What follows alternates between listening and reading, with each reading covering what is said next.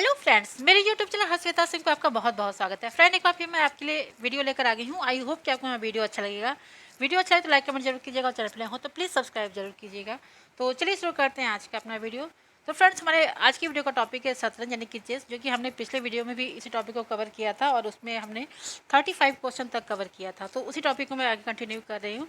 ये आपका चेस का सेकंड पार्ट है। तो चलिए शुरू करते हैं अपना वीडियो आज का। तो मेरे वीडियो का क्वेश्चन नंबर 36 है, शतरंज के टूर्नामेंट में खेल का समय कितना होता है। शतरंज के टूर्नामेंट में खेल का समय कितना होता है। तो इसका आंसर है 5 से 6 घंटा या उससे अधिक भी हो सकता है। ठीक है, एक जो आपका मिनिमम या मैक्सिमम कह लीजिए, एक एवरेज में आपका 5 से 6 घंटा माना जा सकता है।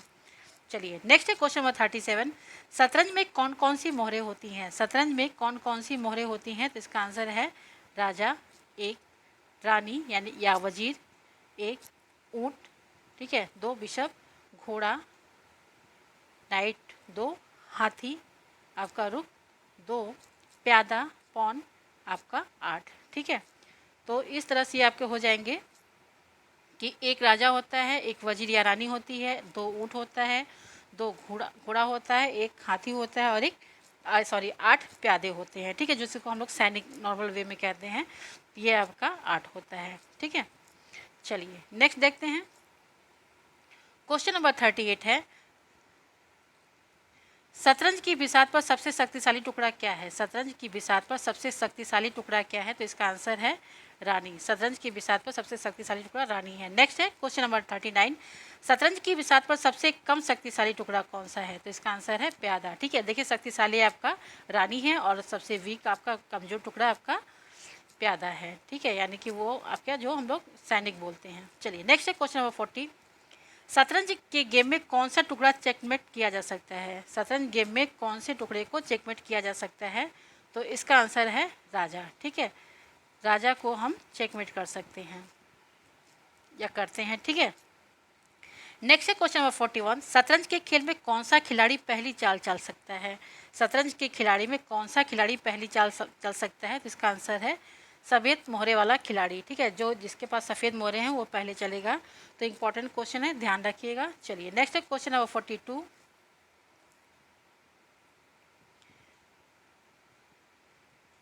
कौन सा टुकड़ा प्रत्येक चाल में केवल एक वर्ग को किसी भी तरफ ले जा सकता है। कौन सा टुकड़ा प्रत्येक चाल में केवल एक वर्ग को किसी भी तरफ ले जा सकता है। तो इसका आंसर है आपका राजा। नेक्स्ट है क्वेश्चन नंबर 43, जब एक मोहरा शतरंज बोर्ड की दूसरी तरफ पहुंचता है तो उसे किसी भी खोए हुए टुकड़े के लिए बदल दिया जाएगा। इस रणनीति को क्या कहा जाता है। तो इसको क्वीनिंग कहते हैं। ठीक है, आप लोग भी देखोगे, जो हमारी गोटी लास्ट तक पहुंचती है तो वो जब पहुंच जाएगी तो जो गोटी हमारी जो मोहरा जो कटा होता है या मतलब हम लोग आउट हो चुका होता है तो उसको हम फिर से जिंदा कर लेते हैं। तो उसी को ये क्वीनिंग कहा गया है। देखिए, इतना प्रोफेशनल मुझे नहीं जानकारी, जो हम लोग नॉर्मल खेलते हैं मैं उन शब्दों में आपको समझा रही हूँ। ठीक है, चलिए नेक्स्ट है क्वेश्चन नंबर 44, एक चाल में कौन सा टुकड़ा केवल तिरछे चल सकता है। एक चाल में कौन सा टुकड़ा केवल तिरछे चल सकता है। तो यहाँ टुकड़े का मतलब है आपका जो हमारी गोटी होती है उसको कही जा रही है। चलिए, तो ये आपका है बिशप। एक चाल में आपका बिशप तिरछे चल सकता है। नेक्स्ट है, कौन सा टुकड़ा एक चाल में दूसरे टुकड़े पर कूद सकता है। कौन सा टुकड़ा एक चाल में दूसरे टुकड़े पर कूद सकता है। तो इसका आंसर है आपका नाइट। ठीक है, नाइट एक दूसरे टुकड़े पे कूद सकता है। चलिए नेक्स्ट है क्वेश्चन नंबर 46, एक सेकेंड। चलिए क्वेश्चन नंबर 46, वह कौन सी स्थिति है जिसमें एक खिलाड़ी कोई मूव नहीं कर सकता जबकि दूसरे ने अभी तक चेक नहीं किया है। वो कौन सी स्थिति है जिसमें एक खिलाड़ी कोई मूव नहीं कर सकता जबकि दूसरे ने अभी तक चेक नहीं किया है। तो इसको कहते हैं स्टेलमेंट। ठीक है, स्टेलमेंट कहते हैं, स्टेलेमेट कहते हैं। चलिए नेक्स्ट है क्वेश्चन नंबर 47, कौन सा टुकड़ा केवल आगे की दिशा में आगे बढ़ सकता है। कौन सा टुकड़ा केवल आगे की दिशा में ही आगे बढ़ सकता है। तो ये इसका आंसर है आपका प्यादा। यानी कि प्यादा ना लेफ्ट राइट नहीं हो सकता है, ना ही वो पीछे हो सकता है। वो आगे बढ़ता जाएगा तो वो आगे बढ़ता ही जाएगा। चलिए नेक्स्ट है क्वेश्चन नंबर 48, पूरे शतरंज के खेल के दौरान कौन सा टुकड़ा केवल एक ही रंग के काले या सफ़ेद वर्गों में रह सकता है। जैसे हमने सफ़ेद लिया है तो हमारी गोटी या तो सफ़ेद में ही जाएगी, वो ब्लैक में नहीं जाएगी, या ब्लैक है तो ब्लैक पे ही जाएगी, वो वाइट पे नहीं जाएगी। तो वो पूछा है कि कौन सा ऐसा गोटी है या कौन सा ऐसा टुकड़ा है। तो वो है आपका बिशप। ठीक है, चलिए नेक्स्ट है क्वेश्चन नंबर 49। दूसरे टुकड़े को पकड़ने के लिए किस टुकड़े को सामान्य गति से विचलित होना पड़ता है? दूसरे टुकड़े को पकड़ने के लिए किस टुकड़े को सामान्य गति से विचलित होना पड़ता है? तो इसका आंसर है आपका प्यादा। ठीक है, प्यादा है। ये आपका गोटी काटने के लिए ये आपका तिरछा हो सकता है, तिरछा होता है, हो सकता नहीं, होता ही है। चलिए नेक्स्ट देखते हैं क्वेश्चन नंबर 50।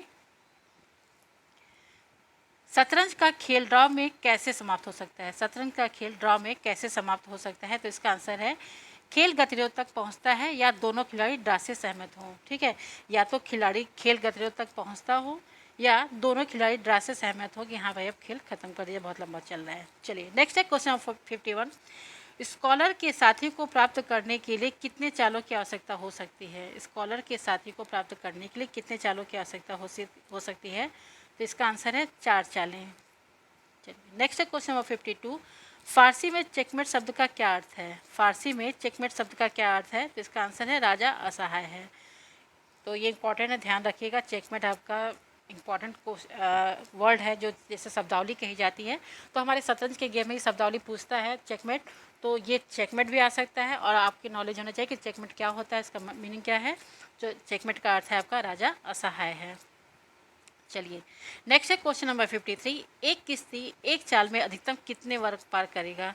एक किश्ती एक चाल में अधिकतम कितने वर्ग पार करेगा? तो इसका आंसर है 8। चलिए नेक्स्ट है क्वेश्चन नंबर 54। खेल की शुरुआत में शतरंज की बिसात पर किश्ती के बगल में कौन सा टुकड़ा रखा जाता है? खेल की शुरुआत में शतरंज की बिसात पर किश्ती के बगल में कौन सा टुकड़ा रखा जाता है? तो इसका आंसर है नाइट। नेक्स्ट है क्वेश्चन नंबर 55। एक मोहरा एक चाल में अधिकतम कितने वर्ग पार कर सकता है? एक मोहरा एक चाल में अधिकतम कितने वर्ग पार कर सकता है? तो इसका आंसर है 2। नेक्स्ट है क्वेश्चन नंबर 56। एक n% रणनीति में कौन सा टुकड़ा शामिल है? एक n% रणनीति में कौन सा टुकड़ा शामिल है? तो इसका आंसर है आपका प्यादा। ठीक है, प्यादा आपका ये शामिल है। देखिए कुछ क्वेश्चन है जो ये टेक्निकल चीज़ें हैं, जो चेस प्लेयर होंगे उनके लिए हैं, तो आप इसको जानते रहिए क्या चीज़ें हैं। ठीक है, एग्ज़ाम में हो सकता है पूछ ले, हम बिल्कुल उससे नॉलेज हमें ना हो, तो उस ना से कुछ हमें जानकारी होनी चाहिए, तो इसको आप पढ़ लीजिएगा। ठीक है, नेक्स्ट है क्वेश्चन नंबर 57। शतरंज का खेल जीतने के लिए चालों की संभावित न्यूनतम संख्या क्या है? शतरंज के खेल जीतने के लिए चालों की संभावित न्यूनतम संख्या क्या है? तो इसका आंसर है 10। नेक्स्ट है क्वेश्चन नंबर 58। शतरंज में रणनीतियां अर्थशास्त्री द्वारा किस सिद्धांत के आधार के रूप में उपयोग की जाती हैं? शतरंज में रणनीतियां अर्थशास्त्रियों द्वारा किस सिद्धांत के आधार के रूप में उपयोग की जाती हैं? तो इसका आंसर है आपका गेम थ्योरी। ठीक है, गेम थ्योरी है। नेक्स्ट है क्वेश्चन नंबर 59। पेशेवर शतरंज खिलाड़ियों के लिए फीडे द्वारा डिजाइन की गई आधिकारिक रैंकिंग प्रणाली का नाम क्या है? पेशेवर खिलाड़ियों के लिए फीडे द्वारा डिज़ाइन की गई आधिकारिक रैंकिंग प्रणाली का नाम क्या है? तो इसका आंसर है एलो। ठीक है, एलो कहा जाता है जो उनकी रैंकिंग दी जाती है। नेक्स्ट है क्वेश्चन नंबर 60। शतरंज के आधुनिक नियमों का मानकीकरण कब किया गया? शतरंज के आधुनिक नियमों का मानकीकरण कब किया गया? तो इसका आंसर है 19वीं शताब्दी में। नेक्स्ट है क्वेश्चन नंबर 61। चेकमेट के अलावा कोई खिलाड़ी शतरंज कैसे जीत सकता है? चेकमेट के अलावा कोई खिलाड़ी शतरंज कैसे जीत सकता है? तो इसका आंसर है समय से बाहर भागो, क्या विरोधी टीम ने इस्तीफा दिया हो। ठीक है, यहाँ क्या नहीं होगा, यहाँ पे या हो जाएगा। ठीक है, समय से बाहर भागो, या तो खुद ही हट जाओ या विरोधी टीम ने इस्तीफा दे दिया हो, यानी वो निकल गया हो। ठीक है, नेक्स्ट है क्वेश्चन नंबर 62। शतरंज को किस प्रसिद्ध पुस्तक में चित्रित किया गया है? शतरंज को किस प्रसिद्ध पुस्तक में चित्रित किया गया है? तो इसका आंसर है हैरी पॉटर। शतरंज को हैरी पॉटर में चित्रित किया गया है। नेक्स्ट है क्वेश्चन नंबर 63। ग्रैंड मास्टर खिताब से सम्मानित होने के लिए एक खिलाड़ी के पास ELO रेटिंग में कम से कम कितने अंक होने चाहिए? ग्रैंड मास्टर खिताब से सम्मानित होने के लिए एक खिलाड़ी के पास ELO रेटिंग में कम से कम कितने अंक होने चाहिए? तो इसका आंसर है 2500। ठीक है, 2500 होने चाहिए। नेक्स्ट है क्वेश्चन नंबर 64। विश्व में सबसे कम उम्र के शतरंज ग्रैंड मास्टर कौन बने? विश्व में सबसे कम उम्र के शतरंज ग्रैंड मास्टर कौन बने? तो इसका आंसर है मैग्नस कार्लसन। ठीक है, मैग्नस कार्लसन बने हैं ये। नेक्स्ट है क्वेश्चन नंबर 65, भारत में सबसे कम उम्र के शतरंज ग्रैंड मास्टर के रूप में किसे घोषित किया गया? भारत में सबसे कम उम्र के शतरंज ग्रैंड मास्टर के रूप में किसे घोषित किया गया? तो इसका आंसर है परिमार्जन नेगी। ठीक है, चलिए नेक्स्ट है क्वेश्चन नंबर 66, 1988 में भारत के पहले ग्रैंड मास्टर कौन बने? 1988 में भारत के पहले ग्रैंड मास्टर कौन बने? तो इसका आंसर है आपका विश्वनाथन आनंद। नेक्स्ट है क्वेश्चन नंबर 67, पद्म विभूषण पुरस्कार प्राप्त करने वाले भारत के पहले खिलाड़ी कौन बने? पद्म विभूषण प्राप्त करने वाले भारत के पहले खिलाड़ी कौन बने शतरंज के? तो ये आपका है विश्वनाथन आनंद। नेक्स्ट है क्वेश्चन नंबर 68, विश्व शतरंज चैंपियनशिप 2008 कहाँ आयोजित की गई थी? विश्व शतरंज चैंपियनशिप 2008 कहाँ आयोजित की गई थी? इसका आंसर है बानो में। नेक्स्ट है क्वेश्चन नंबर 69, भारत का सर्वोच्च खिलाड़ी पुरस्कार राजीव गांधी खेल रत्न सर्वप्रथम किस खेल में के खिलाड़ी को दिया गया? तो इसका आंसर है शतरंज। भारत का सर्वोच्च खिलाड़ी पुरस्कार राजीव गांधी खेल रत्न सर्वप्रथम किस खिलाड़ी को दिया गया? किस खेल के खिलाड़ी को दिया गया? तो इसका आंसर है आपका शतरंज के खिलाड़ी को। ठीक है, यानी कि विश्वनाथन आनंद को पहला पुरस्कार दिया गया था। नेक्स्ट है क्वेश्चन नंबर 70, एक सेकेंड। नेक्स्ट है क्वेश्चन नंबर 70, शतरंज खेल में गैम्बिट का क्या अर्थ है? शतरंज खेल में गैम्बिट का क्या अर्थ है? तो इसका आंसर है खेल शुरू करने का तरीका। गैम्बिट का अर्थ है खेल शुरू करने का तरीका। तो ये रहा हमारा टोटल 70 क्वेश्चन, जो कि इससे लगभग मतलब मेरे ख्याल से अगर चेस से क्वेश्चन आता है तो इससे आपका एक क्वेश्चन आ ही जाएगा। तो प्लीज़ इसको पूरा पढ़िएगा और रिक्वेस्ट है कि इसका आप एक नोट्स बना लीजिए, नोट्स के ही थ्रू आप पढ़िएगा, नहीं तो मोबाइल में रखा रह जाएगा। तो प्लीज़ अपना नोट्स बना के जरूर पढ़िए, और ये आप कहीं भी रहोगे तो आप आराम से पढ़ सकते हो।